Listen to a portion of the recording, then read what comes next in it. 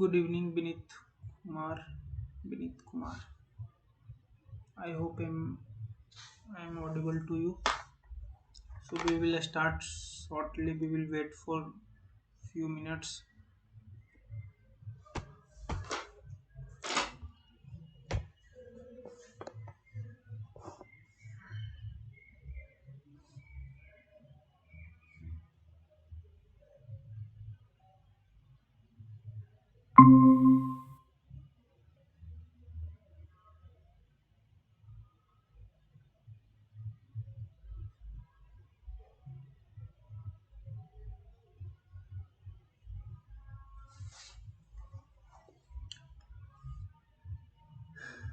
So welcome to the online discussion on the course Water and Wastewater Treatment, which is being taken by Professor Bhanu Prakash Melanki from IIT Roorkee. My name is Manetnam Prakash, and I am here as my TA duty.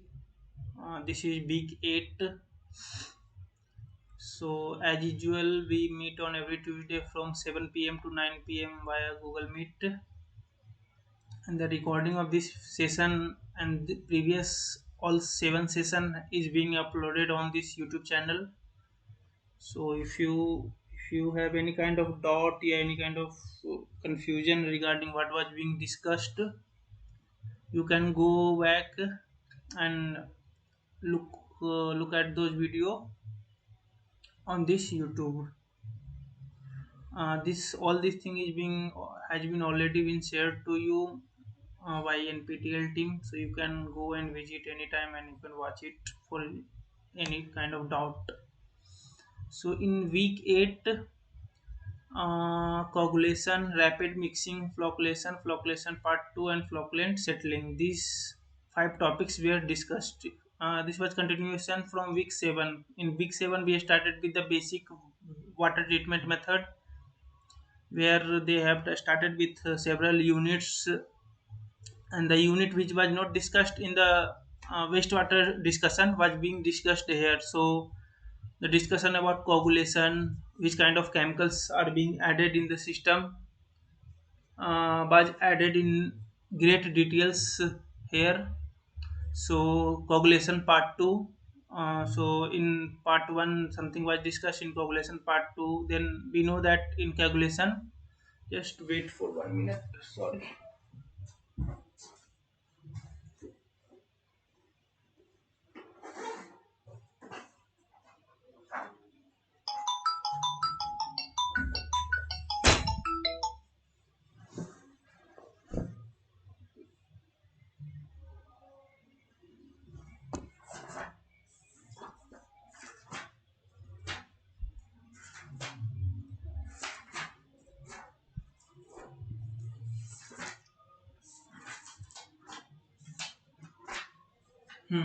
Sorry. So coagulation, in the coagulation we know that after adding some chemicals we have to rapidly mix so that a proper coagulation can happen. So there was one discussion about coagulation mixing. So at what rate, how much power should we provide for proper mixing, so that every molecules, yeah, every chemicals which we have added can mix properly. Then we discussed about flocculation, that after coagulation we give some time for formation of flocks that will settle down. So what are its different property? And then we discussed about flocculent settling, means how those the flocks which has formed during this flocculation will settle down with time. So there was a deep discussion, means using sorry hmm, these five topics were discussed in a great detail. Okay, so in this here I will be discussing some of the important question and concept related to all those five questions, all those five topics which has been discussed, and some of the new concept. Yeah, some of the new questions I have this time. I have not included any kind of concept, but instead of that, I have added some questions from my coursework. Okay, so we will be going one by one. If you have any kind of doubt or any kind of question, you can ask me. So coming to the first question is that a chemical supplier reports the concentration of stock alum chemicals as 9.58% as Al2O3 with a specific gravity of 1.32. Calculate the molarity of aluminum 3 plus aluminum. So before going to the question, first you should know what is this alum. Remember, this LME is used as a part of coagulation. So if you have attended my previous session, or if you have gone through the NPTEL lectures, you must have an idea that how this alum work. Like people add this is the most common, most cheap, and most miss the drink the working condition, the pH required for working of this alum is very favorable to the drinking water. So this is used everywhere, and the formula hope everywhere I hope you are aware of the formula, that its formula is Al2SO4 whole thrice dot 18H2O. But sometime, but for solving this question, I think actually as you know that I have been using the questions from previous year question. So solving this for solving this question, they have used the formula of Lm as 14.14H2O. But remember, the original formula of Lm is Al2SO4 whole thrice dot 18H2O. Okay, so when I will be discussing this, I will just remind you again. So what happened that generally what happened that when we purchase Lm, it's not pure. It contains some kind of impurity. As you can see that this contain 9.58% as Al2O3. So this is also form of aluminum. So from this given data, you have to find the aluminum concentration that is present in the system, because your final aim is to miss when you will plan your when you will design your treatment plant. One thing which will be one thing which you have to make sure that how much aluminum you have to add in your for a coagulation purpose. So you must know the concentration, molarity of that aluminum thing, and from there uh, um, you can get an idea how much aluminum you have to purchase from the market, because all thing is related to cost only, because I have to make my treatment plant very cost effective. So you cannot purchase as much aluminum as you want, depending upon the purity of the aluminum and all these things you have to purchase. So this question is simple, but the background of the question, like why we are solving this question, you should know this, so that you can, during design, you can have an idea how much aluminum you have to uh, utilize, yeah, how much aluminum you have to purchase from the market. So this is very simple question. You can just solve. There is no need to know about this coagulation thing also. If someone has given you this kind of question, you can solve it directly. Okay, na? So this question is just, you can link this question to coagulation, but this is a simple density question. So there was no any rough tough science in this question. So we know that a specific gravity is given as 1.32, so it will be 132 gram per liter. So we can say that 1 liter contains 320 gram of chemicals. Okay, so the amount of Lm, as it is given in the question, that amount of Lm is 9.52% only. So the amount of the Lm will be 126.456 gram. And we know that mole of the Lm is, and remember here they are saying that Lm is in the form of Al2O3. Okay, so there is another question where I will be using this what do we call, hydrated sulfate aluminum, Al2SO4. But here, as in question it is already written that Lm is in the form of Al2O3, so I won't be going to that formula Al2SO4 dot 14H2 or dot 18H2O. So the amount of Lm is 1320 into means how, whatever the is the as I have considered 1 liter, those 1 liter of the sample, 1 liter of the chemical. So the weight will be 1320 gram, and out of 1320, 9.58% is your Lm. So this is the amount of Lm. So the mole of Lm will be this divided by the molecular mass of, we have molecular weight of your Al2O3. So that is 27 into 2 plus 16 into 3. Then after dividing it, you can know the idea of how, what is the mole of Lm, that is 1.2398. And we know that when Lm will there will be many reaction happening, but overall reaction will occurring in the water when aluminum will dissolve, yeah, and when aluminum will dissociate, it will give two mole of aluminum, yeah, 2 mole of aluminum and 3 mole of oxygen. Okay, so we know that, and I know the mole of Lm. So 1 mole of Lm is giving 2 mole of aluminum, 2 plus aluminum 3 plus. So the mole of aluminum 3 plus will be 2 into 1.2398, that is 2.49479. So now you have the mole of aluminum, and we know that molarity is given by number of moles divided by volume of the sample, and we have already assumed that volume of the sample is 1 liter. So the molarity of the aluminum 3 plus will be given by 2.479 divided by 1 liter, that is this much, and its unit will be m. I forget to mention its unit. always make sure to report your answer in proper unit. Okay, so the unit will be 2.479 molar. So this was the this question was related to concentration of molarity of aluminum 3 plus. I hope this is clear to you. So before going to the next question is also related to this molarity and all this thing. So before going to the question, second question, I want to discuss something which I have already discussed in week one of the session. So I will be going in very in a short way. No, I won't be going in the details. Some of the fundamental concept related to mole concept. Okay, na.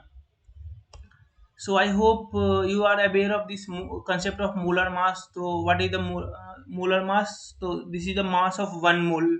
So when we express molar mass, the unit used is gram per mole. So for example, the molar mass of sodium is 23 gram per mole, and we know that one mole is equal to this much molecule, and the number of moles which is given by is given weight, whatever the weight has been given to you divided by its molar mass, you can calculate this number of moles. So the number of molecules in there is one simple question, uh, you can solve it, that molar mass of calcium is 40 gram per see they have asked you the number of molecules of 20 gram of calcium. Okay, so you know the molar mass of calcium is 40 gram per mole, so the number of moles will be 20 divided by 40, that is 0.5 mole, and you know that in one mole there are this much of molecules, so the number of molecules will be 6.0115 into 10 to the power 23 molecules. Okay, I hope this is clear to you. I think everyone is aware of this thing. This is just a recap of whatever has been taught to you in lecture first. Because the next there is two question is related to this thing only. Okay, so that's why I am discussing it here, discussing this concept. So again, there is another thing, that is molarity. Molarity is right now we have calculated the molarity of aluminum 3 plus, which is given by number of moles divided by volume of solution. Remember, volume of solution we use total volume. Suppose if there are different component in the system, you will using total volume. Unit is generally mole per liter or molar capital M, and sometimes you can also express this in millimolar, that is 10 to the power minus 3 mole. Then there is something equivalent weight, and the equivalent weight is given by molar mass divided by number of electron transfer. Remember, some people use valency, but that is when when you are using valency means you are restrict, means there is some assumption behind using valency, so it's always preferred to say that equivalent weight is given by number of electron transfer. So imagine that A is going to B, then it will either accept some electron or it will be releasing some electron, gaining some electron. So depending upon how much electron has been it is releasing or it is accepting, then that will be used for calculating equivalent weight. Then there is something called gram equivalent, and the gram equivalent is given by given weight divided by equivalent weight. So remember, given weight, whatever the weight has been given to you divided by its equivalent weight of that chemical will be giving you gram equivalent. And then finally there is something called normality. Normality is number of gram equivalent divided by volume of sample. Sir, please explain in Telugu. Sorry, miss. My name is Maniratnam, but I am not. I'm from Patna. I'm from Bihar. I don't know Telugu language. Sorry for that. And also, it's instruction from NPTEL team that you have to explain in English only. Sorry, I cannot help you in this case. I hope this is okay to you.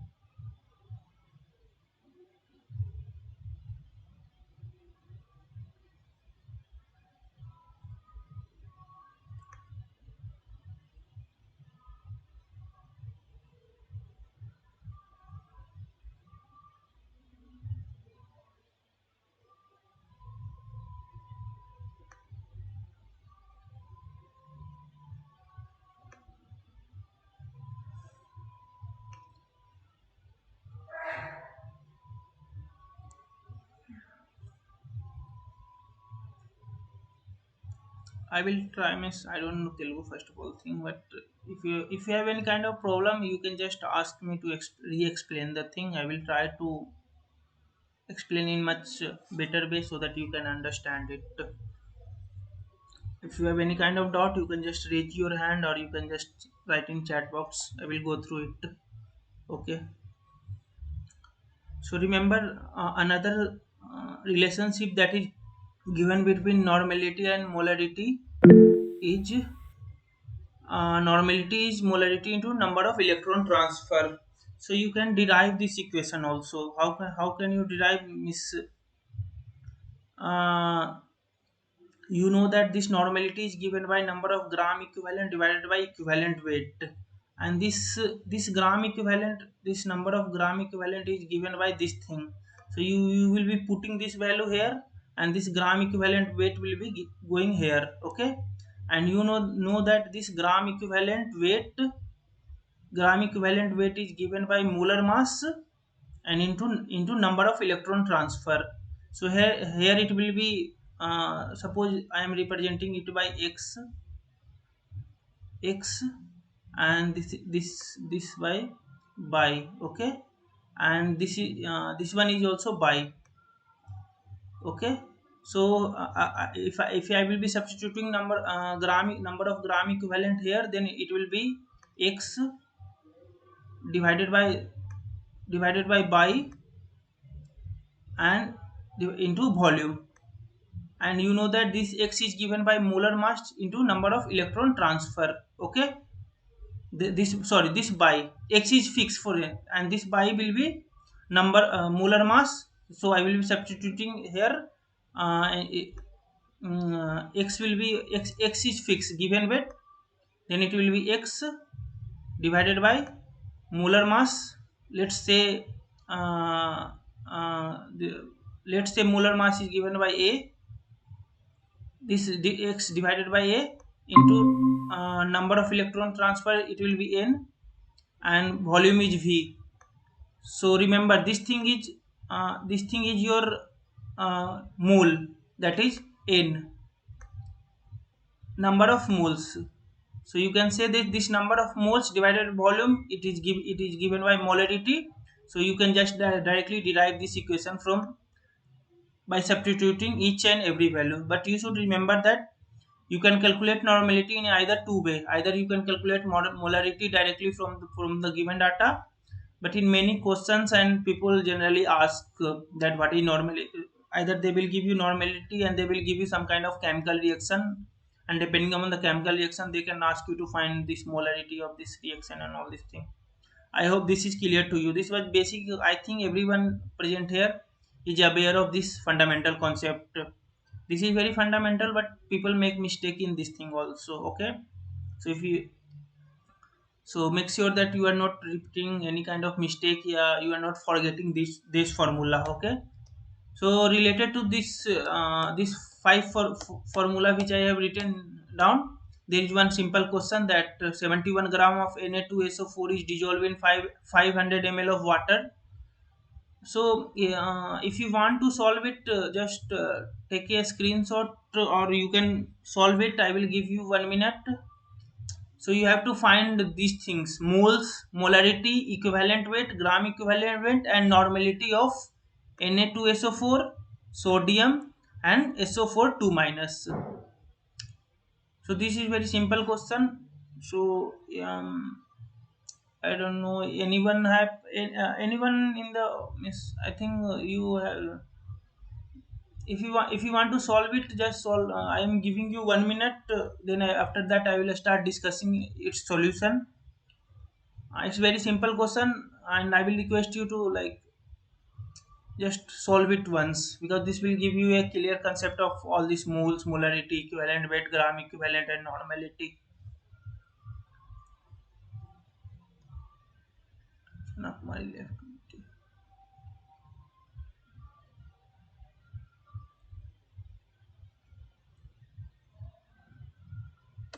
So I am just going ahead and solving it. So we know that the molar mass of sodium, this molar mass of sodium is 23 gram per mole. Molar mass of sulfate is 96 gram per mole. So molar mass of this Na2SO4 will be 142 gram per mole, and the moles I can find out from here that Na2SO4 given mass is 71, so the total mole of Na2SO4 will be 0.5. And we know that when Na2SO4 will dissociate, it will give 2 moles of sodium and 1 mole of sulfate.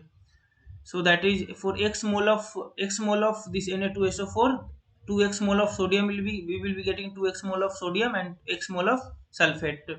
So I have made one table and I have arrange all the answer in one simple table. So you can see that the moles is moles of Na2SO4 is 0.5. This sodium is 1 because it's 2x, and sulfate is 0.5. We know the weight. Now you know that you know the mole, and you know the molar mass of the each and every time. So you can use this formula that number of moles is given by given weight divided by molar mass. Okay. So from that given weight will be 0.5 in already give weight of this Na2SO4 is given is 71. You know the you have calculated the mole of sodium, and you know the molar mass of this thing, you can multiply, you can get is 23. Similarly for SO4, 2 minus. Then molarity is given by this mole divided by volume. Remember the volume of the sample is 500 ml. 500 ml means 0.5 ml. Okay. So I will be I will be dividing this number of moles divided by volume. So you can see that molarity will be 0.5 divided by 0.5, it will be 1. 4, it will be 1 divided by 0.5, 2. And for this case also it will be 1 only. Okay. And how I have defined equivalent weight? Equivalent weight I have defined is how I have defined equivalent weight. Equivalent weight I have divided by sorry, divide not defined. Defined is molar mass divided by number of electron transfer. Okay. So for formation of this Na2SO4, there will be there will be transfer of 2 electrons. Okay. So that's why molar mass is 142, and divided by its number of electron transfer, then it is 71. For sodium it is only 1, for sulfate again it is 2. So that's why I have divided by it by 2. Then you can see that gram, I have calculated the gram equivalent, and the gram equivalent is given by given weight divided by equivalent weight. And you can see that for all the case the gram equivalent come out to be same. So there is one famous statement that for any particular equation, for a particular chemical reaction uh, that is completely dissociated or it is in equilibrium, the gram equivalent for each and every species will be equal. So how this statement is useful? So suppose if you have if you have got any question that a and B is reacting to giving C and D, and for C everything is given to you, means how much what is the molecular weight, what is the gram equivalent weight, what is its given weight, then you can calculate the each and every parameter for other thing also, because you know the gram equivalent. You can use this concept that gram equivalent for that reaction will be equal. Okay, I hope this is clear to you. So for finding normality you have either two options. Either you can multiply by this molarity, or you can use the formula that gram equivalent divided by volume, divided by volume. You can use any of the formula. From both of case you will be getting same answer, that is 2 to 2.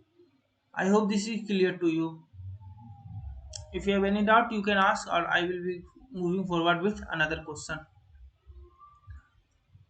So I will be I will be moving forward with another question, and another question is related to so remember here in the first question they have expressed Lm as Al2O3, but here in this case they are expressing this Lm. Calculate the concentration of Lm from the data in the question. Express the concentration of Lm as Al2SO4 whole thrice dot 14H2O. Remember they have used this hydrated aluminum, but in many books you will find it at 18H2O. Okay, if nothing is given to you and they are asking to you write the formula of hydrated aluminum sulfate, then you will always write 14H2O. Okay, but in this question they have already specified that you have to use this concept of that you have to use the formula dot 14H2O. So I will be using this formula only, that is 14H2O. I hope this is clear to you. So the mole of LMs, see, you have to express your answer as Al2SO4, and from the from the first question, you know that this amount of LM is 126.456 gram. Okay,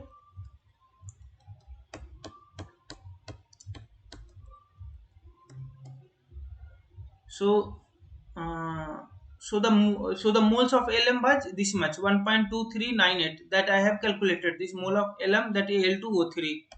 And we know that this mole of Lm will be equal to the mole of Al2SO4. How this we know that? Because we are assuming that whatever this 2 moles of aluminum that will be present in the system will eventually react, or miss they are just directly asking that we have to express the Lm in the terms of this thing. So we have to assume that the moles of both this Al2O3 and the mole of Al2SO4 whole thrice dot 14H2O is similar. Okay, so the moles of, and we know the molecular weight of Al2SO4 dot 14H2O will be 2 into 27 plus this much is equal to 594 gram per mole.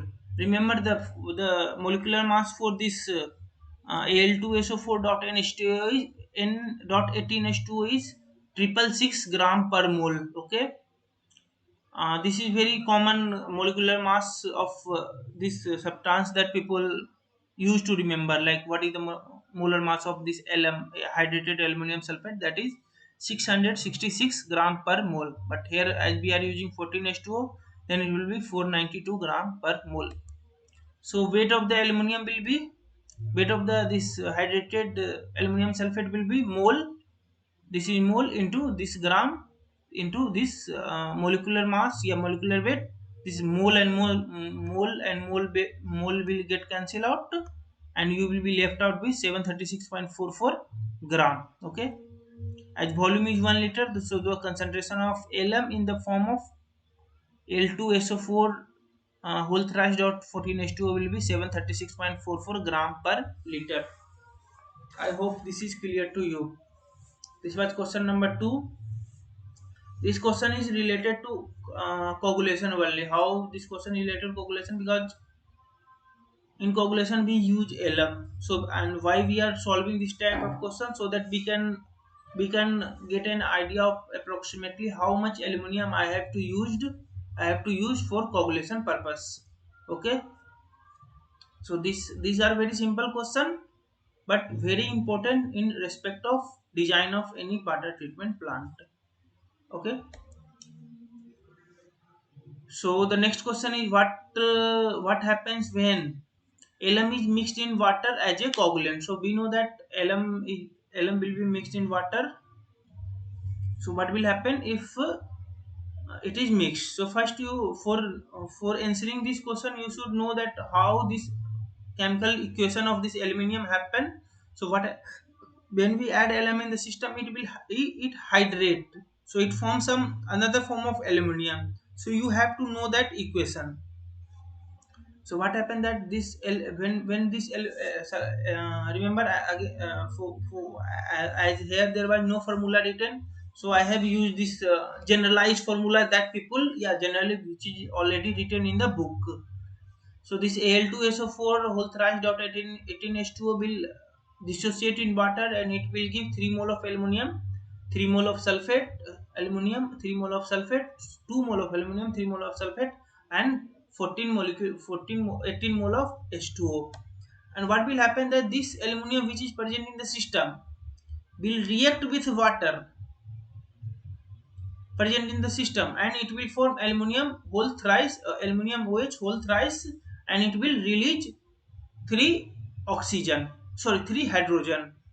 And now you know that pH is given by this formula, that pH is minus log 10 minus log H minus log or log 10 H concentration of H plus. And now imagine if this is increasing concentration of this, as aluminum is being added in the water, the concentration of H plus is increasing. So overall what will happen, that this will increase,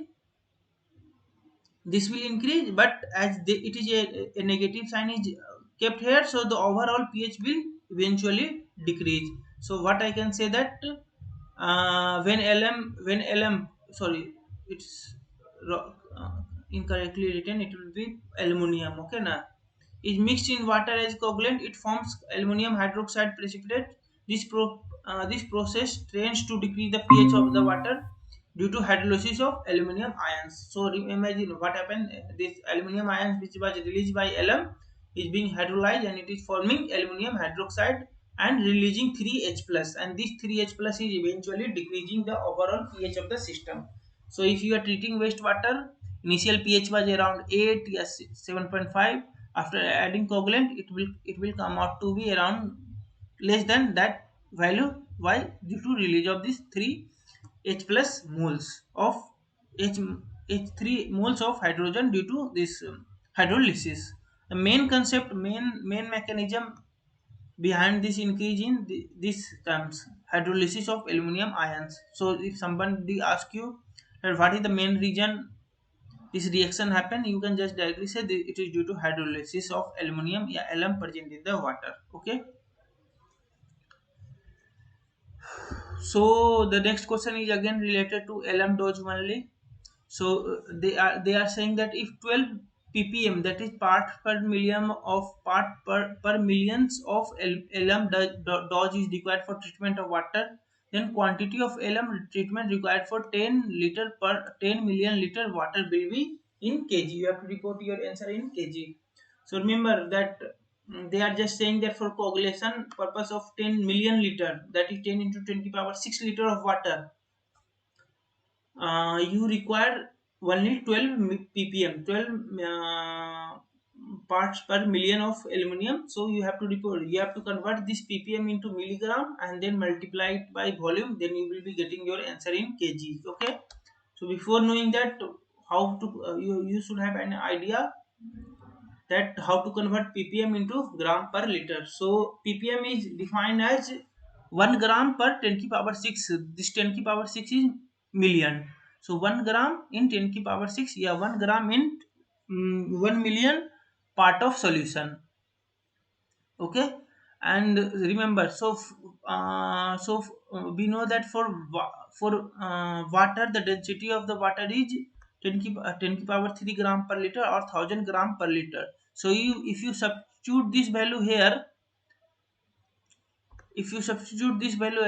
this I am writing part of solution, but it will be what will the unit? This ppm is a unitless quantity, remember.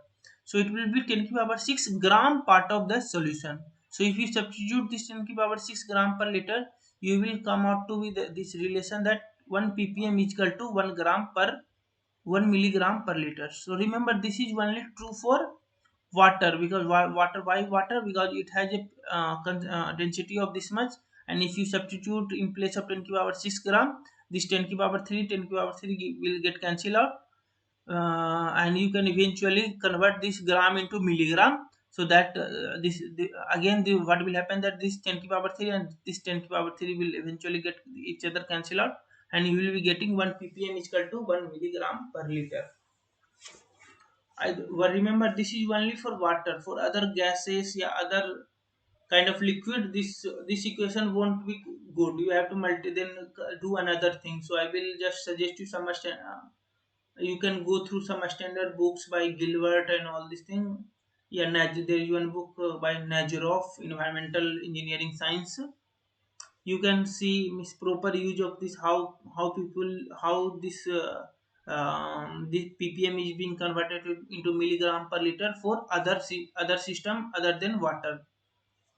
Okay. So and some books, yeah, if you some books have also written direct formula, actually they have derived it, but that directly, and people have also memorized that formula. So I will suggest you to, apart from water, for other system also you should have an idea how to convert this ppm into milligram per liter. Okay, I hope this is clear to you.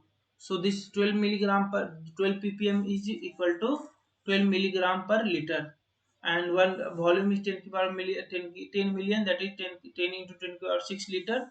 Then quantity of lm will be 12 milligram per liter into 10 into 10 to power 6 liter, and if you convert it into kg, it will be 120 kg.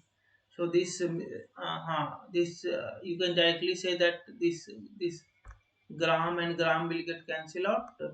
Sorry, this liter and liter will get cancel out, and this 10 to power 6 into this milligram, it will convert into this kg, and 112 into 10 is equal to 120 kg. Okay, I hope this is clear to you. If you have any kind of doubt, if you think I'm going a little bit fast, you can just stop me and you can ask me to re-explain the things. But these are very simple questions. You must have idea prior to what I am discussing right now.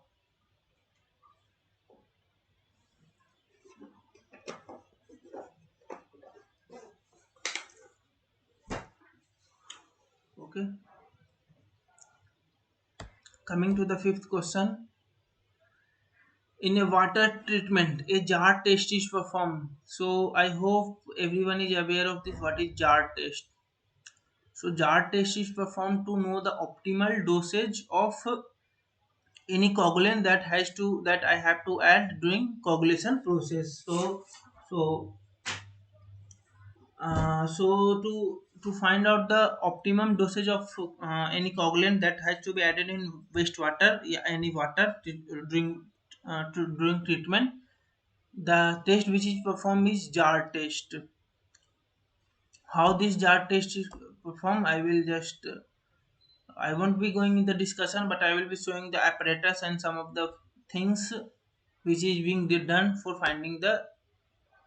uh, for finding this dosage of uh, coagulant. So this is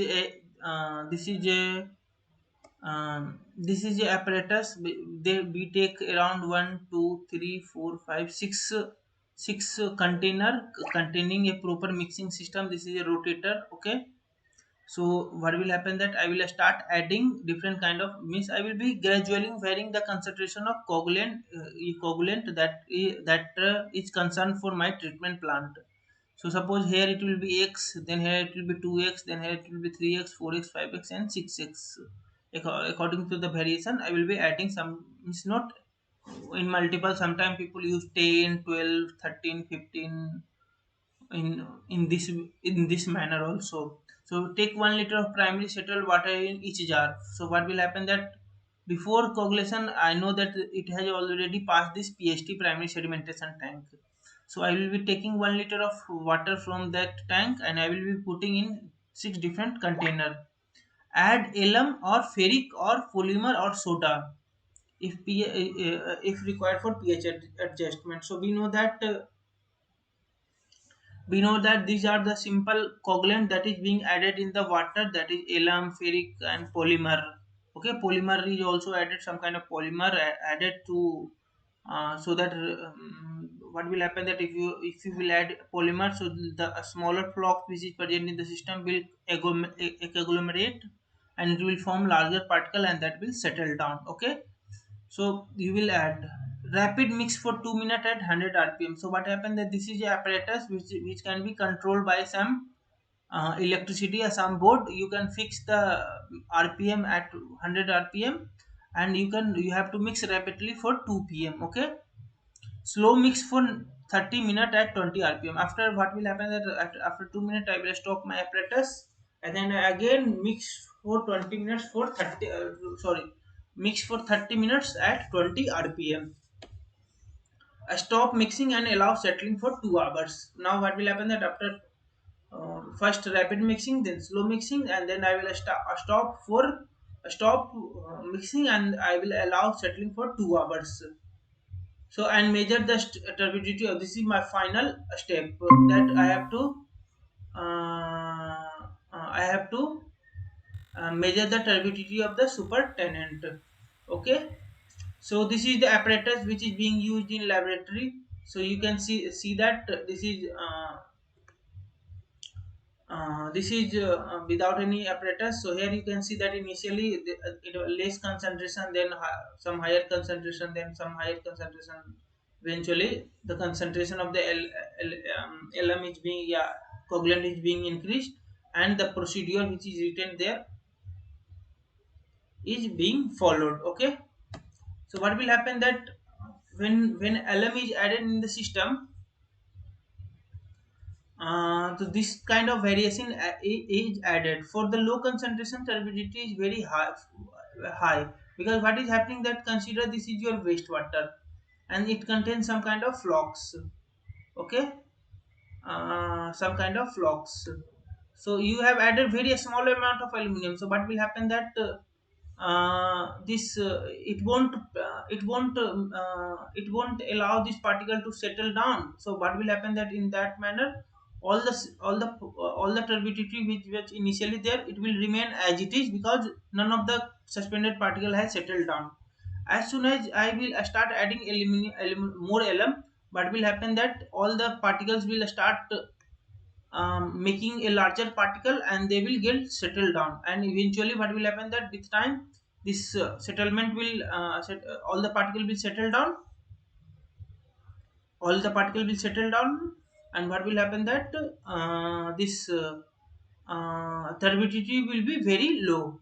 And what will, again, suppose now you have keep adding this aluminum dose, in spite getting minimum after for a long time. So what will happen that due to some chemical reaction, which exactly I we won't be discussing right now. So but eventually what will happen that the particle which was settled there will start will how what will happen that, what happened initially, this was a smaller particle, this was a smaller particle, they both combine with each other, they form larger particle and they settle down.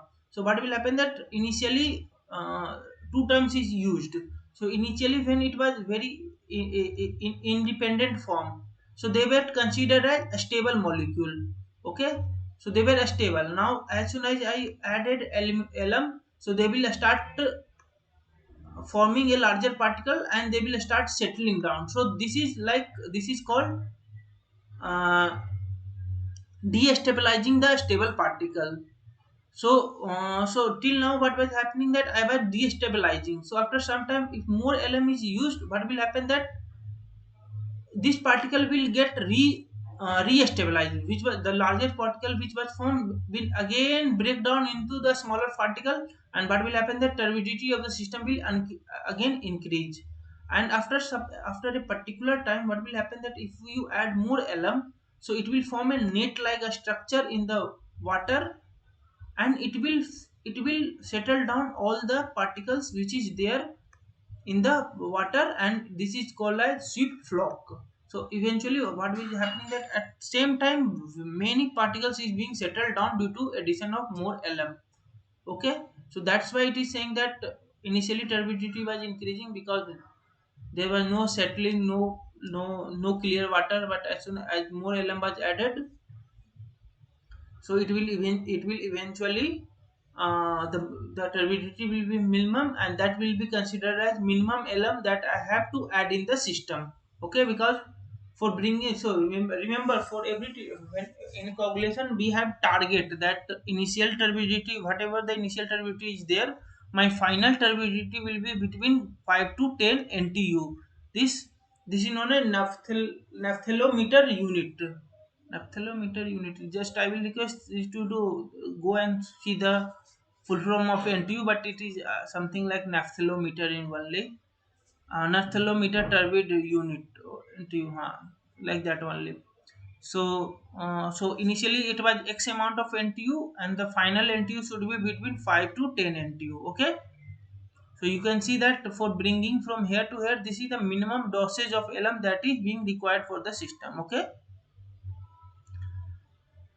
Now you can see now what will happen that similarly when this polymer is added in the system, same pattern is seen that eventually there will be a turbidity, decrease in turbidity, and if more polymer is added, then again what will happen, those smaller particle will again re stabilize each other. Initially they have settled down, again they will come out and they will make that water turbid. Okay.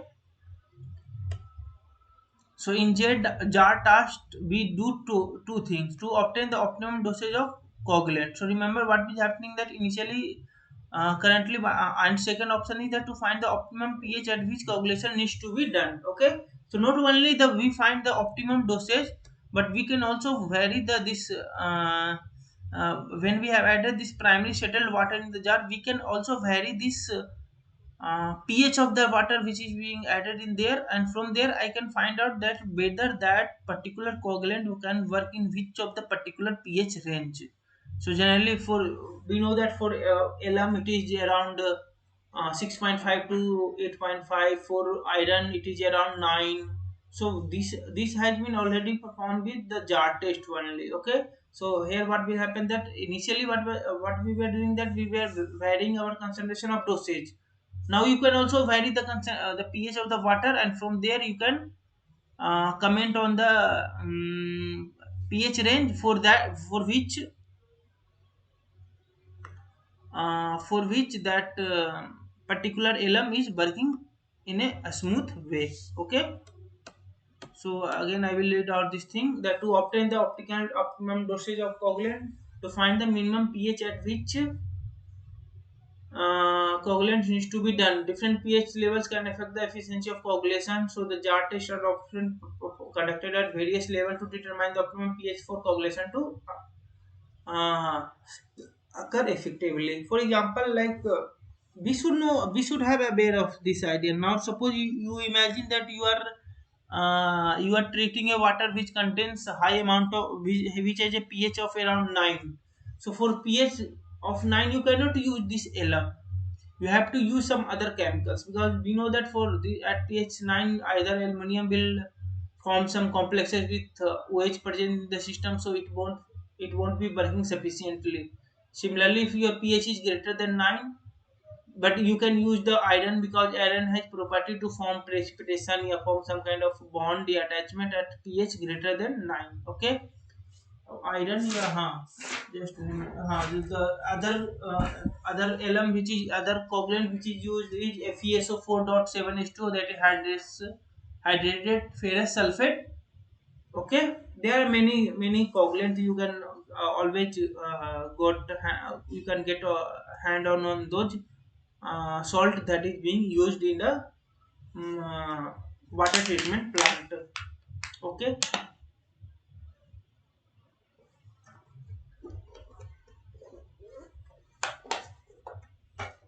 So the correct answer for this question is B and D. The question was this thing. And why jar test is performed. Okay, so the answer is B and D. I hope this is clear to you.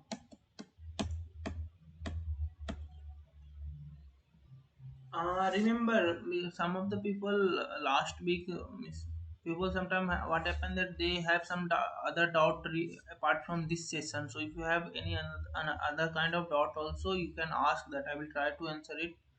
Just don't think like we have to ask the question on the topic which is being discussed here. If you have some kind of other doubt related to some other topic, so you can ask. If I have knowledge or I have gone through that topic in a recent time, I will try to clear your doubt. But we can also discuss.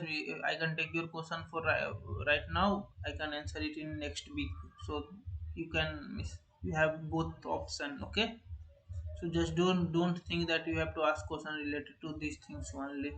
So I at the end of this, if you have doubt, you can ask right now also. Yeah, at the end of the session, I will be we will have plenty of time. We can discuss at that time also. Okay. So this was all about jar test. So remember, this is another kind of coagulant that is used FeCl3 is not used directly. Some hydrated form is only used. Which hydrated form? No, sorry. Directly FeCl3 is also used. So remember the pH range of working for the pH range of this FeCl is 9.5. So you can, if any kind of water has a pH greater than 9.5, you can use this FeCl3 coagulant for precipitating out for coagulation purpose. Okay, so they are asking that what concentration of iron and chloride are in 3 molar of FeCl3 solution. So these are three options, and we know that when FeCl3 dissociate, it forms 3 mole of 1 mole of iron 3 plus and 3 moles of chloride. Okay, so here you can see, from here you can see that 1 mole of FeCl3 will give 1 mole of Fe3 3 plus and 3 mole of Cl minus. So you know the mole of FeCl3. Yes, correct answer is 3.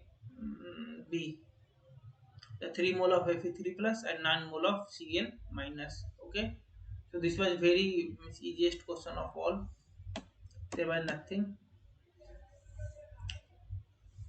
begin that. So now something is called tapered flocculation is more efficient when compared to the conventional process of flocculation. At it promotes aggregation of small particles into larger aggregates to enhance their removal by gravity. Okay, so you have to either answer true or false. So the statement, if you miss, if you have gone through little bit in this flocculation chapter, you can answer the question. The answer is true. Obviously, this always this tapered. I hope you are aware with what is tapered and what is conventional. I am not going into discussing those three things. I am assuming that you know it. If you don't know it, no problem. Just watch the some. I have discussed something. Just watch it, and you can go back to your. You can go back to your lectures. Yeah, you go back to your some standard book, and you can check what is this tapered flocculation and conventional flocculation. So tapered flocculation is indeed more efficient compared to the conventional process of flocculation. Tapered flocculation involves a gradual reduction in mixing intensity or increase in hydraulic retention time as the water flow through a series of tanks or compartments. This gradual change in condition allow for the formation of larger flux particles as the smaller particles are encouraged to collide with the aggregate over the larger. These larger flux particles will settle more effectively under gravity, leading to improved removal of impurities and suspended solids from the water. Overall, the tapered flocculation is enhance the efficiency of flocculation process by promoting the aggregation of a small particle into larger aggregates, thus adding their removal by gravity. So I hope this is clear to you. Miss, this was clear to cut. So what happened that I will just try to explain why the picture. So remember, some kind of this kind of apparatus is used. So what will happen that we have added some kind of coagulant in the system. So what will happen that the smaller particle which was there will get bigger, and the smaller and it will start settling down in the bottom of the tank. The smaller particle which was present in the system will get attached on the surface of this larger particle, and this is what here written that gradual reduction allow the formation of larger particles. Now remember that here I am doing one more thing, and the one more thing is that uh, we are giving what happened that in conventional method, what we were doing that we were just taking water and we were mixing continuously for some time as per the rules around half an hour or 1 hour. There were no miss. What happened that for it initially people don't were not aware that for any formation of any chemicals or efficiently formation of any chemicals required some time. So what will happen that conventionally what they used to do, they just pour their water in the tank and they will start mixing coagulant in a very mixed way, very rapid way. But that is not suggested. It is always suggested that what it is suggested that it is suggested that mix slowly Then after that, you can mix. You have to mix in such a way that you have to mix initially very rapid, and then the intensity of the intensity of this mixing should be decreased, so that after what is happening, that if we are mixing at a proper at a greater range, then we are providing some energy for formation of larger particles. But if I keep mixing at high intensity, what will happen, that the particle which was attached there may get shear off, and the two particles which was initially settling down might get separate, and our the aim to settle down those particles will fail. So what happened, that once you have mixed it, some proper time has been given, that for this much of the time you have to mix it. Once that has been mixed, you have to decrease your intensity, so that there is no shear off, there is no detachment of these two particles. Okay. Hmm. So this is what happened here, and in this way, is happening, that we are providing more hydraulics time also. So for initially, what was happening, that there was initial mixing and they were allowed to settle down. Now, what will happen, that as we are increasing the efficiency of the mixing and all this thing, so a particle will initially it will be in very random motion. Then there will be some kind of relaxation to that particles, and eventually it will get settled down. Okay. So overall it is increasing the efficiency of the efficiency of the coagulation. Okay.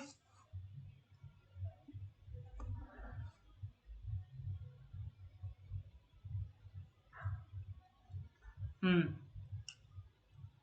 So the coming to the next question, which is also related to very simple concept that you might have studied in class 12th also, this Brownian movement, orthokinetic, and again there is one more question related to this question in more detailed way. But here you have to match the following this thing, that this micro skill, that is perikinetic, orthokinetic, and differential settling. So remember, I will be discussing more about perikinetic and orthokinetic, but for now, just 1 minute.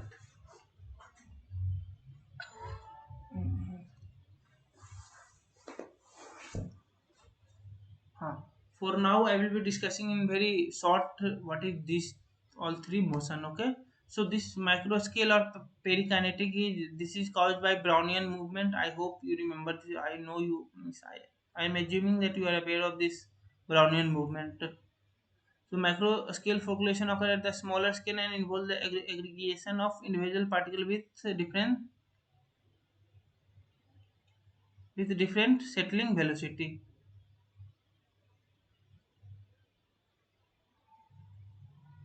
Something, I have written something wrong. Okay.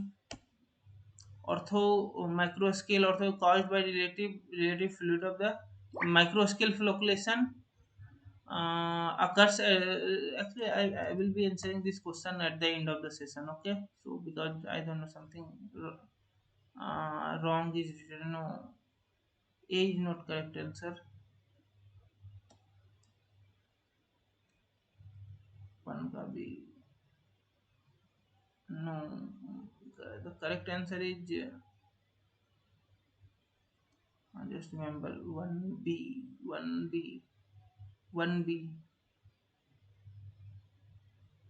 D is the correct answer.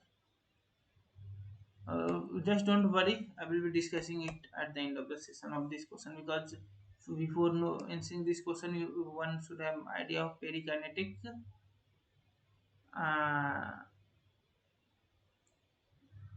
microscale, and differential settling. Okay. So a question is another question is a numerical question. Uh,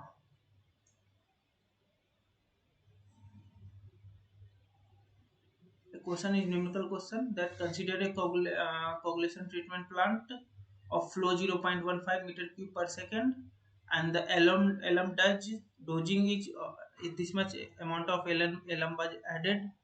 So remember, this was remember, suppose imagine this is your treatment plant. So water was this was your coagulation unit, you can say. Water was coming at this flow rate 0.15, 0.1, 0.15. And what happened that for coagulation purpose you added 22 milligram of, I don't know why this line is appearing every time. I'm like, you have added. So and initially what will happen, this water will contain some suspended solid. So initially what was happened that 30 gram of 30 milligram of suspended solid was there, and after at the end of the outlet when the water was coming out, it has only suspended solid of 15 milligram per liter. Okay, 15 milligram per liter means some of the suspended particle which was there will get settled down here in the form of sludge. Okay, so how much has settled down? 30 minus 15, that is 15 milligram per liter. 15 milligram per liter of the suspended solid has settled down. Okay. Hmm. So what will happen that the, 15 milligram 15 milligram of the 15 milligram per liter of the solid has settled down, and this lm which was added there, you can see that from the equation it is forming some kind of solid. So this lm which was added there, it will also produce some kind of sludge. So the question is to find the amount of total dry sludge produced per day in rounded to 2 decimal in kg per day. Okay, so what will happen that in sludge will be of due to will be due to two things. First it will be due to this suspended solid, and second it will be due to the formation of this Al2OH whole thrice that was has settled down. Okay, so I will be calculating the volume mass from both of that is due to this due to suspended solid also, and due to this LM which is added there, and I will be adding those two and multiplying it by the volume to get the final sludge. Okay, so we know that this Al2SO4 will dot 14H2O will give two aluminum hydroxide of solid in the solid form, and it will be releasing some of these are not of our concern. Our concern is of only these two things, because this will eventually get settled down and it will form some kind of sludge. Okay, so the 1 mole of Lm gives 2 mole of aluminum hydroxide. Okay, the weight of alum does which was used was 22 milligram per uh, 22 milligram per liter. The number of moles will be given weight divided by molar mass. This thing has been already been discussed to you. So the number of moles will be 22 milligram per liter divided by molecular weight, that is 594 millimolar. Remember, we are multiplying with gram per milligram divided by the unit of here. Unit will be, I have to discard here. I have to write unit also. What will be the unit? This is gram per mole. Okay, always make sure to write the unit of each and everything. So in that way what will happen that if some calculation mistake has happened, you can just go back to your calculation if you just write unit proper. Okay.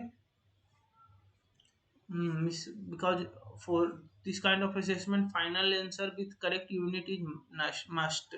If you are not able to provide correct, if you have provided correct answer but no unit is uh, given there, then there is high chances that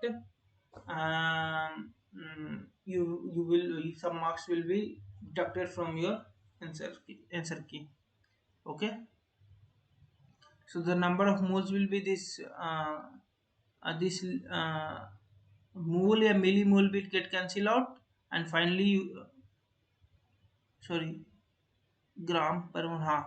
So this gram and milligram will get cancelled out, and the final answer will be you will be left out with this thing, that is millimole, that is 0.05 0.037 millimole. And you know that from this 1 mole 2 mole of this solid is being produced. So mole of what will be the mole of aluminum hydroxide? It will be 2 into 0.037, that is 0.074 millimole per liter.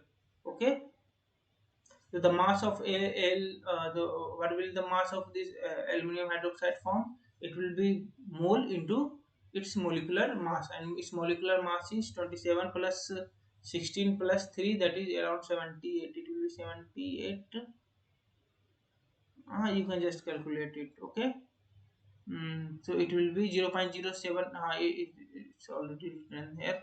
It will be 78 milligram per liter. So 0.074 into 78 milligram per liter, it will be 5.772 milligram per liter. And remember, so this I have already told that in a container, sludge is being produced by two things. So this due to this solid and due to this suspended solid. So um, due to this alum, the best GBG for being generated is 5.772 milligram per liter. So the suspended solid remove. Now remember, there was another case where they have used this suspended solid, and we know that the initial it was 13, finally it is 15. So total loss of 15 milligram per liter has occurred. Okay. So total sludge which is produced will be 15 plus 5, 5.772 milligram per liter.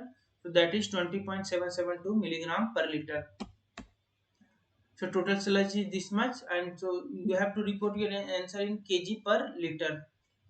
Oh, sorry, kg per day.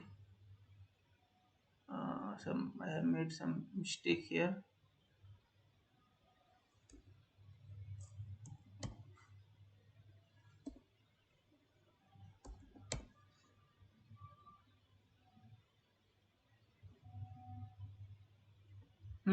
So 227 milligram per liter into 0.05. Say they have given the volume flow rate at what they have given the flow 0.0 meter cube per second. Okay, so I have to check the you have to write the unit in a very proper way. Okay, the proper way is that 0.0515 into I have first converted into liter into meter cube into liter, then this second into day by multiplying it by 60 into 60 into 24. So it will be this much milligram per day. So divided by 10 cube over 6, so it will be 1 2 3 4 5 6, it will be 269.205 kg per day. Okay, so this much solid you can, so now you can imagine that this much kg of the solid are being generated, then this much of MLD water is flowing for say 24 hours. Okay, so per hour you can also calculate this thing, that per hour how much what I was saying, how much solid or suspended thing can form. Okay, so I hope this is clear. So why we are calculating means, why we are concerned with how much sludge is being made, because remember that our final aim is to remove that sludge. So what will happen that this suppose this is your just one minute.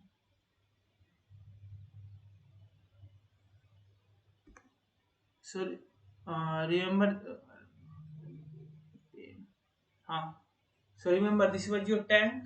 So what will happen that all the sludge will get settled down here. Okay, so what we you do that we use a mechanical instrument that will collect this sludge with time. Yeah, eventually when the amount of sludge is above a particular limit.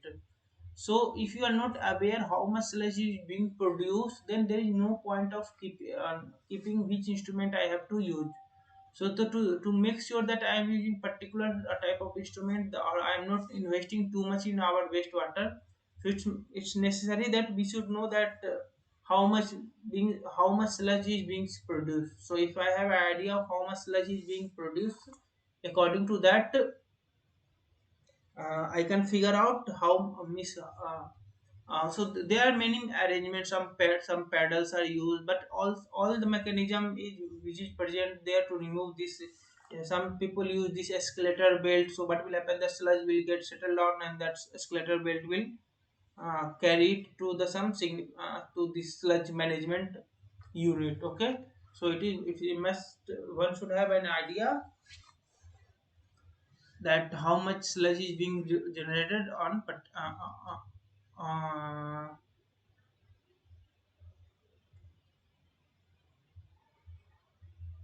how much sludge is being generated from a particular treatment plant.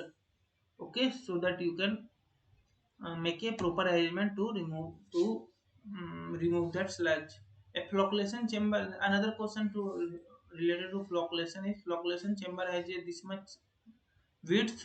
Both paddles are supported to parallel shaft. So these are technical terms. So what happened that remember, if this is your flocculation tanks, so we know that there is a proper mixing, yeah, slow mixing. Yeah, remember, in coagulation there is a fast mixing, but in flocculation there is a slow mixing. So this kind of arrangement is there. So a paddle will be there. Okay, it will.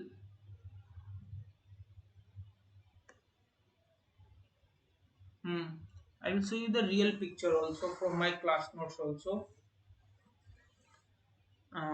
This top view and front view. So the paddles are used, and details are given. So what will happen that this will be rotate, this will move very slowly. Okay, very slowly there, because in population there is slow mixing is done. So how much power this shaft will consume, you have to calculate it. Okay, again, why we are calculating it? So that you can find out the efficiency, yeah, or cost efficient of your treatment plant. Okay, so the power is given by this formula, that is 1 by 2 drag coefficient into density into apparent this Vp, that is apparent velocity, yeah, projected. This is simple velocity of the paddle, and this is area of the paddle. Okay, this Vp is velocity of the paddle, Ap is the velocity of the paddle. Okay, so Vp is given by k into k is something, this a coefficient of this paddle which is being used, and this is refer as center of line pattern. This coefficient of drag, this the ratio of velocity with respect to fixed coordinate is k is 0.75. Okay, so this is k, Vp is equal to k into 2 pi Rn, that is 0.275 into all the value has been given to you. Then you can find out this Vp, that is velocity of the paddle, and you know the Ap is the area of the paddle, which is given by this length into width. Okay, so the power will be given out. You can put the all the value, and you can find out the what will be the power of the shaft in the in watt. Okay, so this was the this was a simple design. So I will just to show you my class notes, like how in a how this paddle is being designed in a particular in real condition. So just,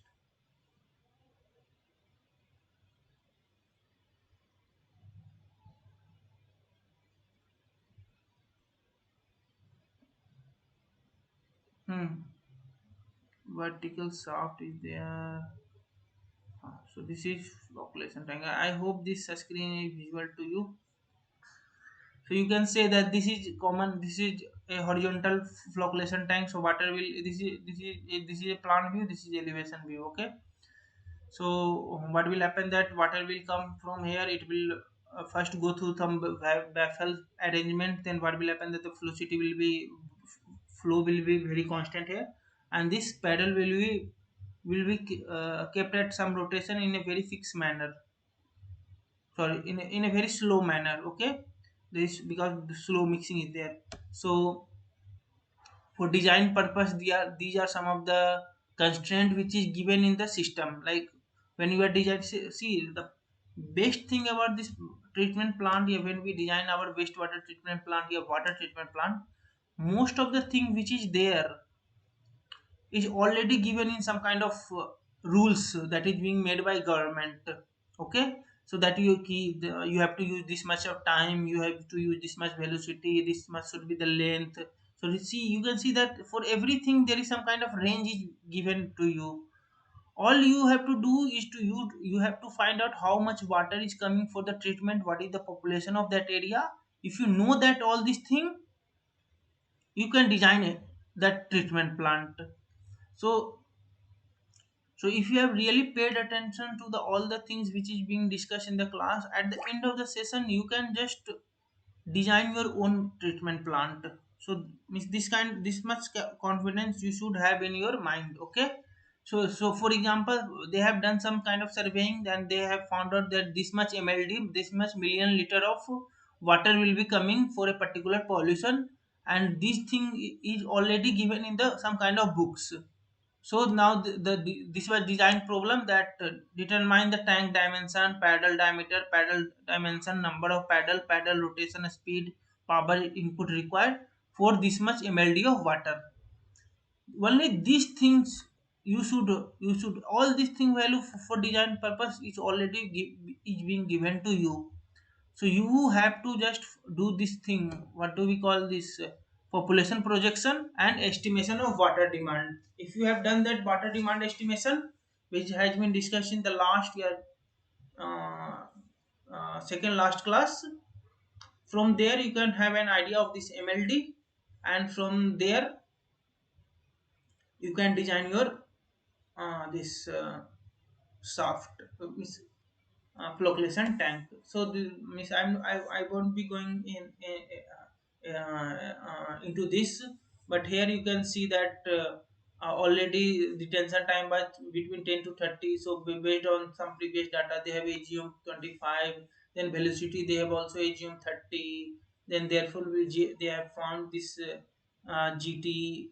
So what happened that you will initially you will assume something, and based on assumption you will finding this GT, and this GT comes out to be 45,000.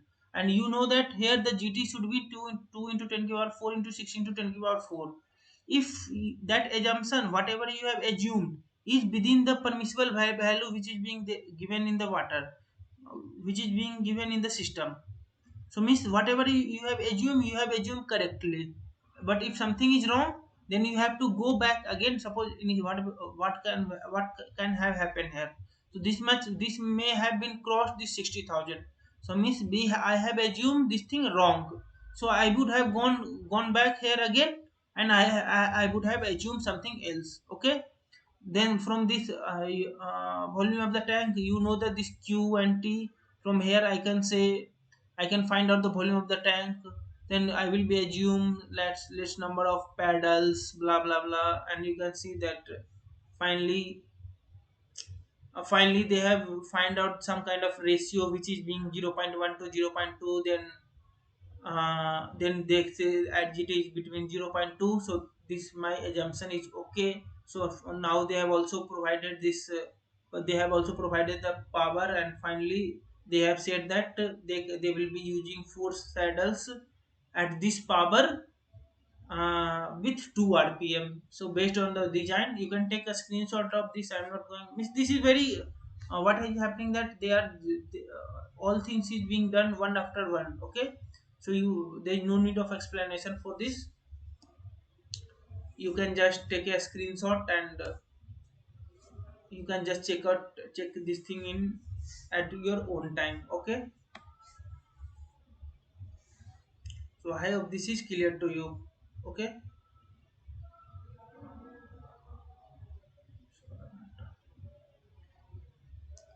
Hmm. So till now, whatever the thing was there is over. Now some of the question is there, which is my own question that was asked to me during my coursework. So I will request you that if you have any kind of doubt, you can ask now before going, because we have this is normal discussion. Okay. So this is normal discussion. Normal discussion. I will be going through the one question, and answer is already written here. I will just giving one shot. So Archana Kumari and Boya, if you have any kind of doubt, you can ask now.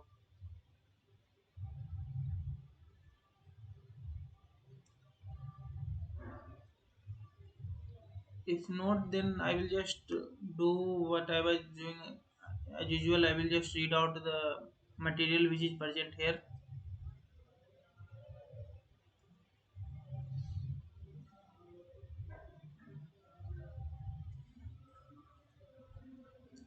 Sorry for the background. Archana Kumari left the meeting. Okay.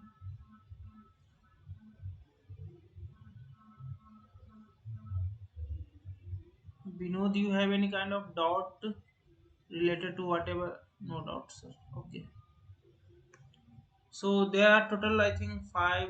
I don't know, 5 to 6 question. Sorry, 1, 2, 3, 4, 5. I will be go.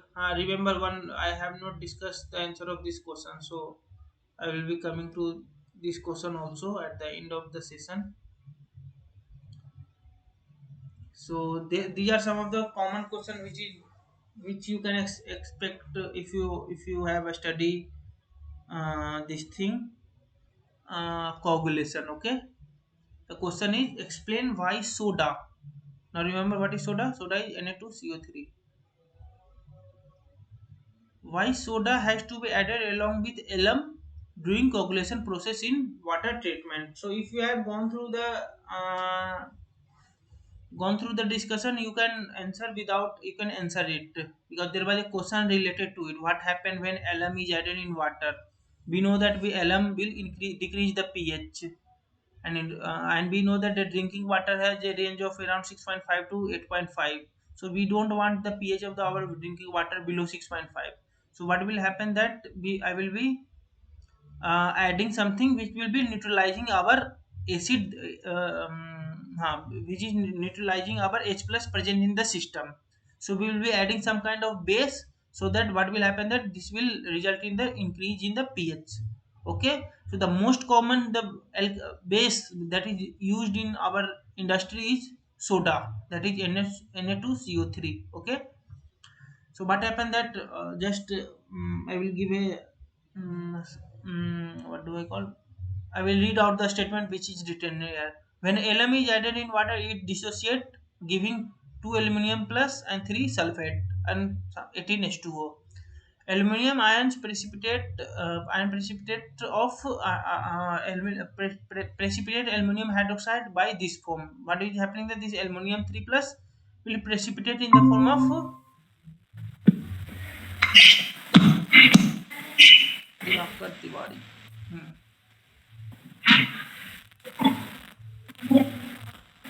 Please turn off your mic.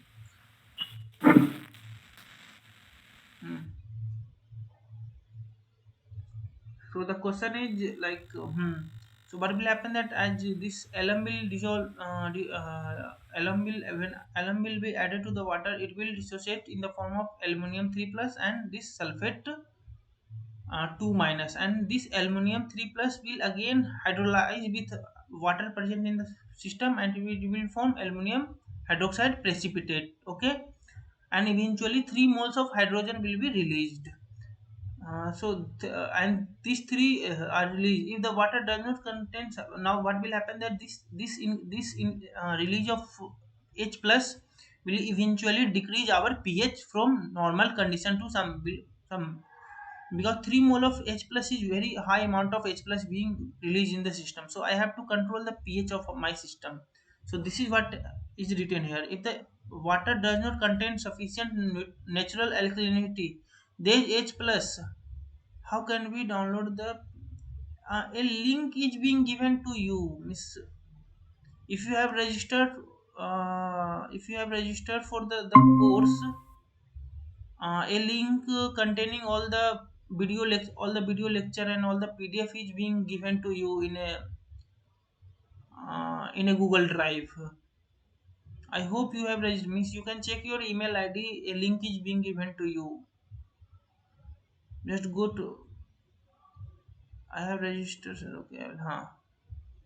All the recording of this session, and all the previous session and the material which is being discussed to you, all is present in a Google Drive. So total there are total 3 TA for this course. So you can get the discussion from all those 3 TA and the material of all those 3 TA also. and the each and every TA has their own YouTube channel, that is being on where this recording session is being uploaded. Okay. Hmm. So to prevent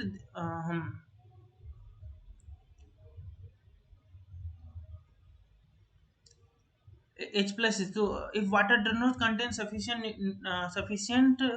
natural alkalinity, these H plus ions will reduce the pH of the water, which is undesirable. To prevent this soda, to prevent this, we don't want the pH of our system to be going below some certain quantity. This Na2CO3 is added along with the alone during the coagulation. So what will happen that this um, this carbonate releasing from this soda will act as a buffer, and it will allow miss this will act as a buffer, and it won't allow pH to decrease below a certain limit. Okay, the soda dissociate to produce carbonate, which consume the excess H plus in the water to form bicarbonate, thus preventing the pH reduction. Okay, so I hope this is clear to you. Miss, this is a very common question asked during any kind of viva, that why this soda is being added to coagulation. So first you should know what this LM do to our system, and what is the function of this carbonate. Yeah, what is the function of this soda. Okay. Okay. So again, so I was telling you that there was one question related to the question number 7. That question can be answered after this discussion.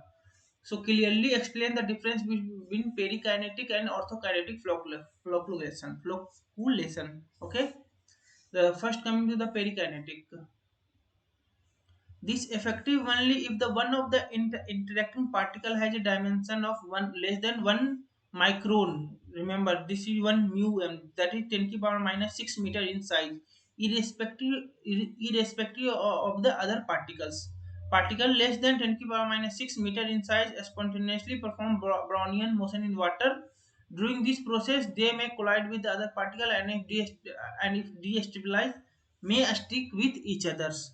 So this is known as, what will happen that uh, just what will happen that the particle of very smaller size, which is of very smaller size, will go do this Brownian movement. Okay, and in doing so they will combine with other particle which is present there, and they will finally this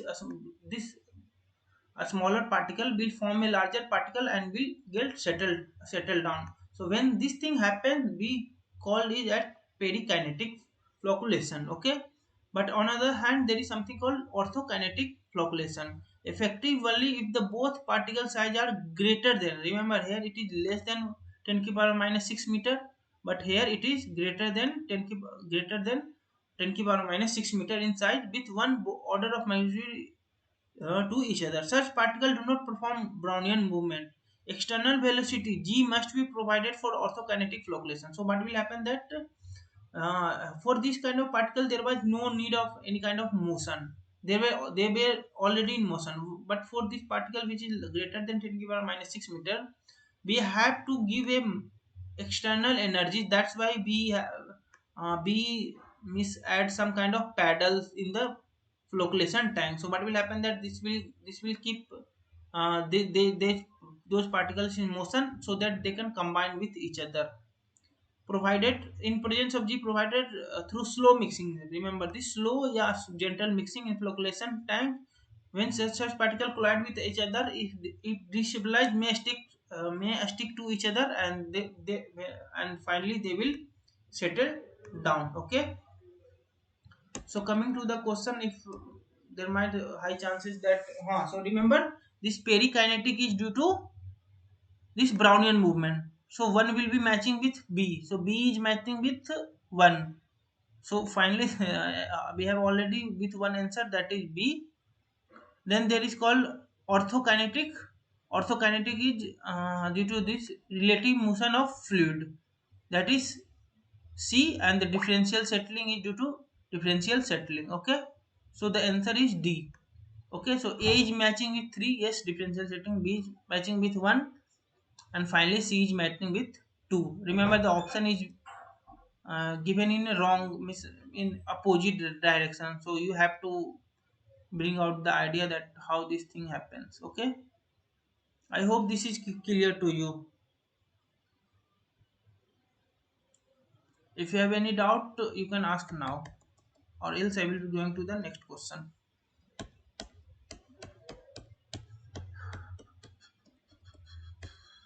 Hmm.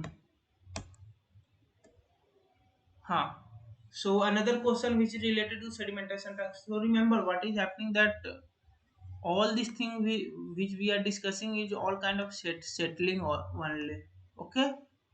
So sometimes this perikinetic settling, orthokinetic settling, then simple settling, and I hope you remember the settling formula which was discussed in the second and third lectures, third week, that Vs is equal to.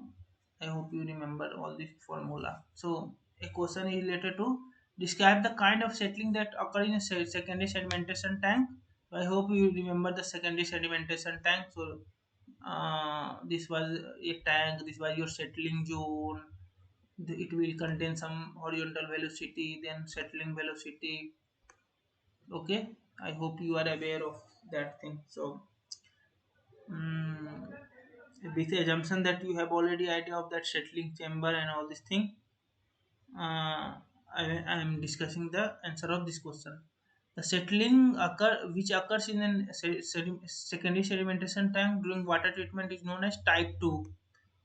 I hope you are aware of this type of settling, that type 1, type 2, type 3, type 4. Type 1 is differential, type 2 is this one, then type 3 is there, then type 4 hindered settling. So I always try to connect the dots. Okay, just to see, remember this question is from second lecture, second or third lectures. So just to refresh your memory, I have added this question so that you can, if you are not aware of that thing, type 1, type 2, type 3, type 4, you can go back to the lectures that has been given to you and can check it. Okay, the settling which occurs in the secondary sedimentation tank occur is known as type 2 settling or flocculent settling. Okay, here the settling particles are destabilized. Again, what is destabilize? Destabilize, again I will explain some. Remember, if this is a particle which is present in the system, initially it is not settling down, so it is considered as stable. Now what will happen, that I will add some chemicals, and it will form it will form larger particle, and by larger particle it will start settling down, means from a stable I have destabilized it. Okay, particle are destabilized. During such settling, particles of the different size may collide to stick with each other while settling down due to different settling velocity. What will happen, that every particle will have different velocity. So remember, in type 1 settling, we were assuming that every particle is settling with the same velocity, that is Vs. If But here what is happening, that we are assuming that different particles, obviously different particles, what will happen, that it will settle it at its own velocity, it will settle at its own velocity, and so on. Okay, thus the particle of settling time, if the type 2 settling more efficient than type 2, the type 2 settling is more efficient than type 1 settling, as the many small particles with negligible settling velocity may collide. So what was happening, that in type 1 settling, we were assuming that when one particle is settling down, uh, it won't interfere, and it won't, we were saying it discrete settling. Why discrete settling? Because when one was settling, it was not disturbing the other particles. But here what we are saying, that when this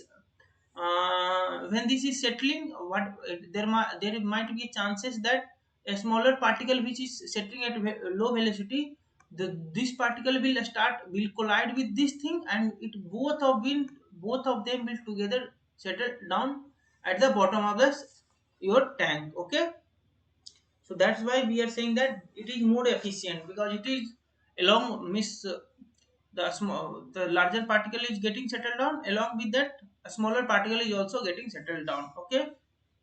So that this is what it is written here, that type 2 settling is more efficient than type 1 settling, as many small particle with negligible settling velocity may collide with the larger particle and hence be removed. Okay. Coming to the next question, this thing I have already said that how what is stabilized, destabilized. So the question is that uh, in your tank, this is a stable particle, this is a stable particle which not stay settling.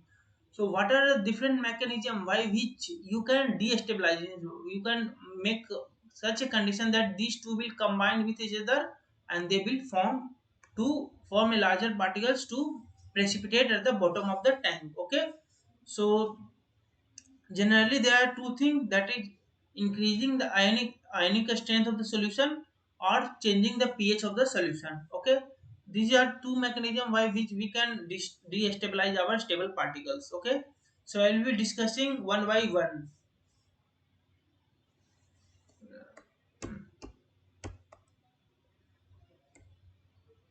Hmm. Consider a large, say negatively charged particles, colloid particle which is suspended in the water. The water layer immediately surrounding the clay particle, that is diffused layer, has a excess of positive particle as shown in the figure. So remember, this was negatively charged particle, and surrounding it there will be a positively charged ions. Same is with these things. So as this is positively charged, as this is positively charged, and then both of them may not um, um, cannot attract each other. Means there is a repulsive force acting between them. That's why they won't be forming a larger particles. Okay, so that's why they won't be settling down at the bottom of the tank, but my main aim is to make them settle. So we will be doing some kind of adjustment in the system so that they can form a larger particles.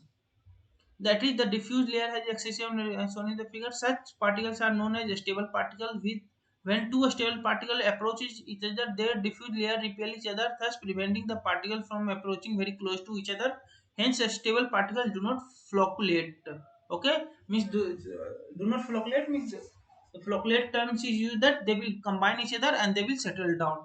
So as they are not coming together, so they won't be forming a single unit and they won't be settling down. Okay. In case charge on the particle is permanent, increase the ionic strength. Now remember what happened, that there might be a case. Remember, if you are not if you are not able to understand it, there is no problem, you can leave this thing. Miss, you can refer to some standard books where they have discussed in a, because I have assumed many things that you know what is this van der Waals force, what is this ionic strength. So if I start explaining what is the ionic strength, it will take lots of time. Okay, so ionic strength is something which define, this is a property of a system, like how much that the strength, ionic strength of how much ions is present in the system, that represents its ionic strength. So that is separate thing. Okay. So what will happen, that when we say something that we are increasing ionic strength, we are adding some kind of ions in the system. Okay. So what will happen, that if suspension if you increase the ionic strength of suspension will depress the diffuse, what will happen, that now you are increasing ions, either positive or negative. So there was some diffuse layer surrounding this particle. So this diffuse layer will get smaller in the size. Okay. And what will happen, that eventually depress the diffuse layer and thus enabling the particles to come close to each other, which was initially being repelled. If the particle comes close enough, the now what happened, that we know that this wonder concept of van der Waals force also, that when the particle come close, very close to each other, van der Waals start to act, and van der Waals force will overcome the repulsive electrostatic force, and the particle will agglomerate or will form larger particles. This is what happened near the mouth of the river, where the stable clay particles are destabilized by the salty water sea, thus agglomerating and depositing to form a deltage. So this is a common example, like what is happening that in a river which has of which is of low ionic strength, and the water contains too much salt. So what will happen that there this from sea water too much ionic strength is coming. So what will happen that the clay particle which is present in the system will which was initially not getting attached with each other due to increasing ionic strength due to sea water, the particles which was not initially independent, they will form agglomerate or will form larger particle, and they will start settling. So this is happening with the clay particle also, and those clay particles then forms larger particles, and they get settled down near the sea, and they form a delta. Okay, deltas. Okay, I hope this might not be a new things from you, miss. In your childhood you must have read how deltas are formed. Okay, so in childhood we were not uh, uh, miss, this thing was being discussed, but this is not in this much technical term, this van der Waals force, ionic strength force, blah blah. Okay, the second is the in case of charge on the pH of particle is pH independent, the charge can be removed by changing the solution pH. Uncharged particles can come close to each other and agglomerate due to van der Waals. Again, for if you somehow change the by changing the pH of these particles, you can just depress the diffuse layer, and in this way they can come close to each other, and they will form some larger particle, and they will get settled down. Okay, the coming to the last question which I have discussed here. So actually when I was discussing one thing, this LM jar test, so I have shown you one graph that there is one something called sheep flock.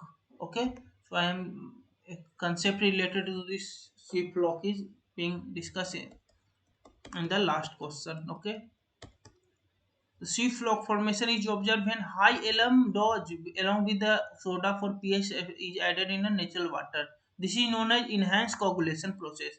Explain the circumstances where enhanced coagulation will be practiced in water treatment, clearly mentioning the water treatment objective that will be satisfied. Okay, so why this swept flocks is being done, and so you can, I will just read out. At very high alum dust, aluminum hydroxide particles form a thick precipitate which settle after interacting all the clay particles. So what happened that remember this is your uh, this is your clay particle which is there in the system, or suspended particle which is there in the system. So now if you have added too much of aluminum in the sulfate, it will form a net like a structure. Okay, this is consider this is a net like a structure. Okay, this net like a structure, and what will happen that it will start settling. As soon as they will start settling, all the clay particle which is there will start settling down, so they are sweeping. Okay, so that's why this name is called sweep law. Sweep, I know, jharu dena, something like that. So I don't know, sweep means jharu dena, I don't know. If I have said something wrong, just you can go and check it what is the meaning of sweep. Okay, so what will happen that it will sweep all the flocks which is present in the system. Okay, so that's why this is entrapping all the slow. This process results in good turbidity. Now you can you know that initially turbidity was this thing, and finally the turbidity has become low, very low. Okay, turbidity. This process is known as enhanced coagulation. Enhanced coagulation is not very efficient method for turbidity removal because the high coagulant requirement. The comparable turbidity removal is often by using the optimum. Remember, uh, this enhanced coagulation was done by adding too much of, but we know that this is the optimal dose is required. So remember why we do not add the, remember this is giving more turbid water, means more clear water as compared to optimal dose, but still we do not promote this thing because this might leach aluminum in the system, aluminum in the wastewater, and aluminum is itself is a neurotoxic element. If someone is consuming aluminum, he might get some neurotoxin disease such as dementia and all this thing. Okay, so that's why it is suggested that you should use aluminum in a very limited amount. Mhm. Sorry.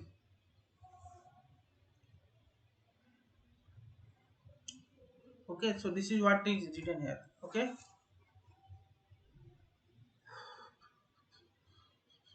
Hmm.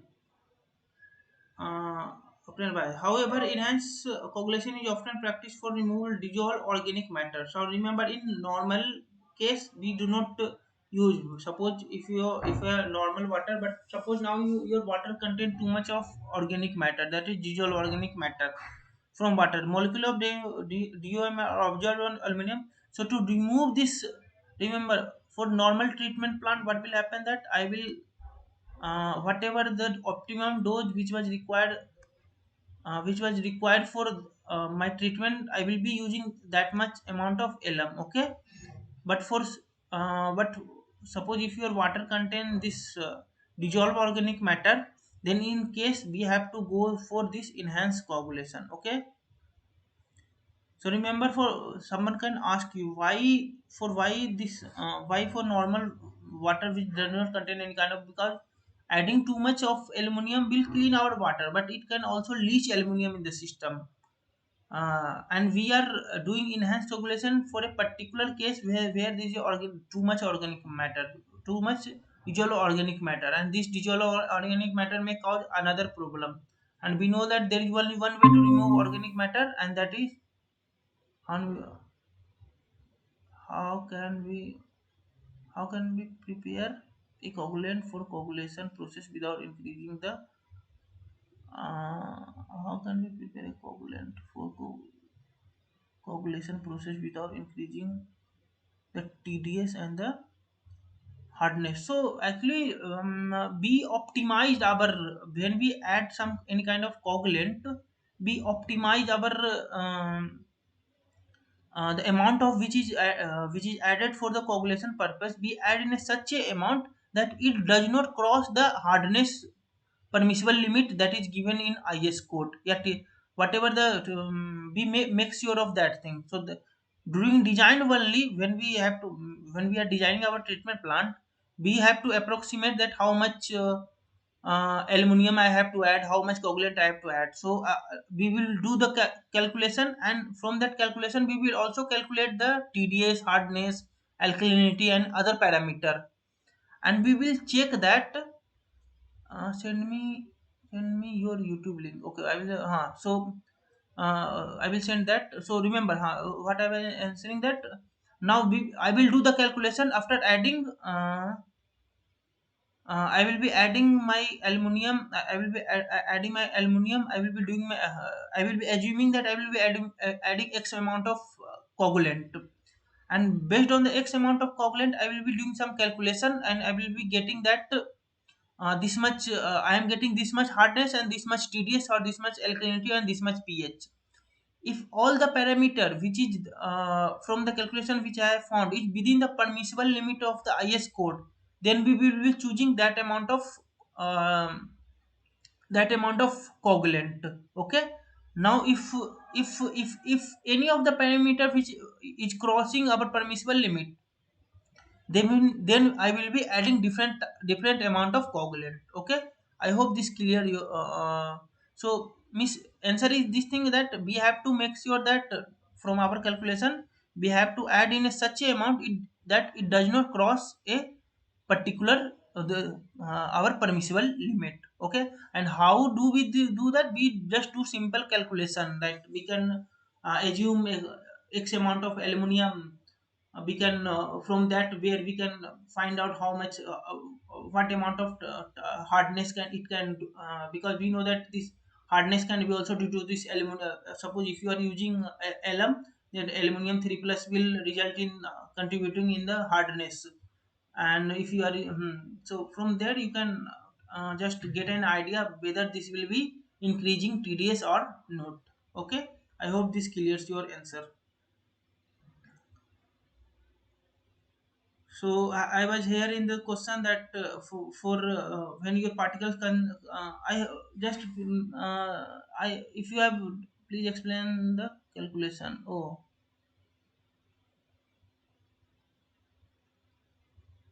I want to prepare a coagulant for our project.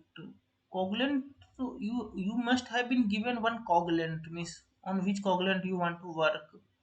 From there you want have to like find the hardness and all these things. Miss, see, the calculation is this much, this thing only. That where is it go? Huh. So you will be adding your LM in this form of. Um, Now imagine just. Hmm. Now imagine that you will be adding. So I'm not understanding to prepare a coagulant. Coagulant, you will be given one coagulant. Suppose now you have chosen one aluminum based coagulant. So what you will be doing that. What you will be doing that you can take help of this question also, that this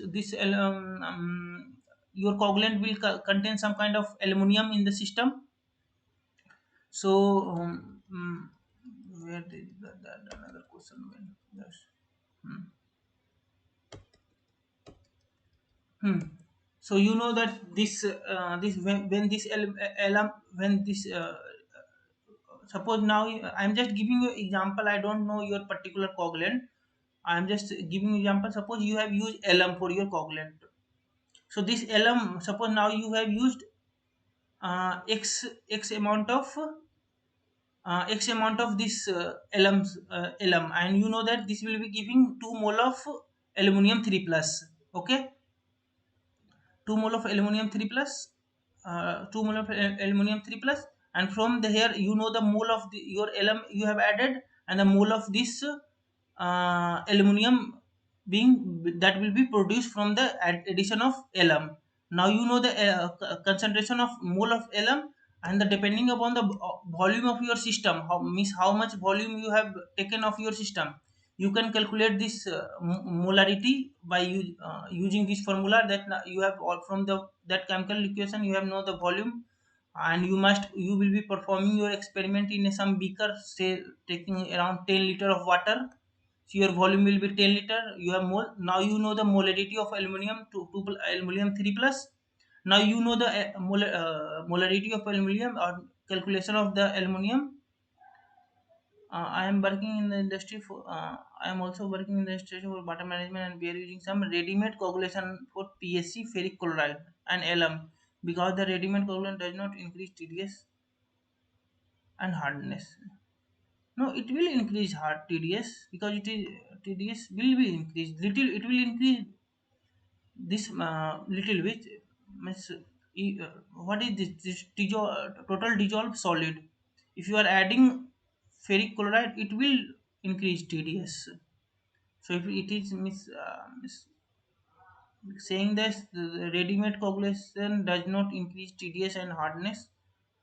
See, hardness sometimes what happen that it might happen that incre- there will be increase, but it will be very little increase. I don't know why you are saying that there won't be any increase. I think this statement is wrong. This ready-made coagulation does not increase TDS and coagulation. Okay, TDS will increase, certainly increase. But all I am saying that how can you measure the hardness? So remember, I have added that amount, little amount of LM. It will give 3 moles of aluminum 3 plus, and that 3 plus will eventually lead in the. And now what you can do, that you can do a detailed calculation by using this equation, that out of aluminum, some of, see here 2 moles of LM is 2 moles of aluminum is being released, but only 1 mole of aluminum is getting precipitated. Means in your system still there is 1 mole of aluminum 3 plus. Okay, there is one still 1 mole of this you have to write a little bit increase. Yes, there will be so there will be increase. And how can you calculate it? How you have to calculate, you have to write equations, and you have to see that how much aluminum is precipitating, how much aluminum is remaining in the system, and depending upon the calculation you can calculate the hardness. And you know the formula of hardness, how to calculate. Either you can perform some kind of experiment, or either you can measure the aluminum concentration and you can just check it. Okay, but saying that what was it? Without increasing the TDS, no, without increasing TDS and hardness, we cannot prepare any kind of coagulant. There will be some increase. It will be it will be in very less amount, but there will be increase. And how to prepare coagulant is how means you want to prepare a new coagulant. Yeah, you want to just check how much coagulant you have to add, so that there is a little increase in TDS. Which of you two? Because right till now I was discussing that you have already a pre-made coagulant, and you just want to know that how much I should add so that there is little increase in TDS and hardness.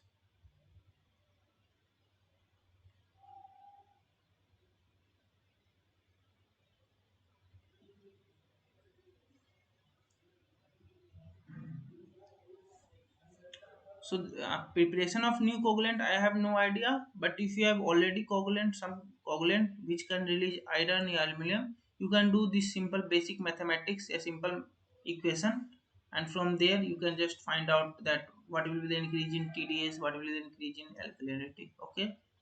So preparation of coagulant, it's out of my scope. I don't know how to prepare a coagulant. Sorry for that. New coagulant want to be prepared out and sorry, I cannot miss. New coagulant preparation of new coagulant. I have no idea. Sorry, I can just give you the some theoretical thought over the things that how this.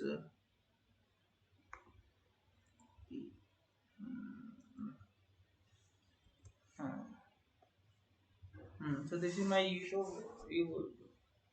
I will be uploading today. There will be a total 8 videos of previous lectures. So, sorry I could not help you, Diwakar Tiwari, because I also have no idea that how to prepare a coagulant. I have just idea if someone will give me a coagulant, I will know that how to use it so that my hardness and TDS is below is within the permissible limit. So apart from this, how many people are there? So, Archana Kumari, if you have any question, you can ask, or it's already 9 p.m. We can end the meeting. Dibakar Tiwari, if you have any question, you can ask. No issue, sir. I'm also doing for the some practical for against the conventional coagulation. So I want to do something best. So I think you can help us. Miss, I can only help you do the theoretical calculation, and I can suggest you that Right. how can you do this So experimental thing. But preparation of new coagulant, miss, what there I don't have can any you idea. send the sir? Can you share with us the calculation of the alum, ferric, and polyaluminum chloride? Which type of hardness and TDS will be increased? So I will do something on practical basis. Okay, so why don't you just after adding coagulant, just why don't you will be calculating hardness via experimental basis, or you will be doing some theoretical calculation? Theoretical calculation, and I will go with practical calculation after the theoretical calculation. Okay, so just share your email ID. I will share you some of the because right now I don't have, but I will just share your email ID in the chat box. Okay. I will share you some calculation related Let to.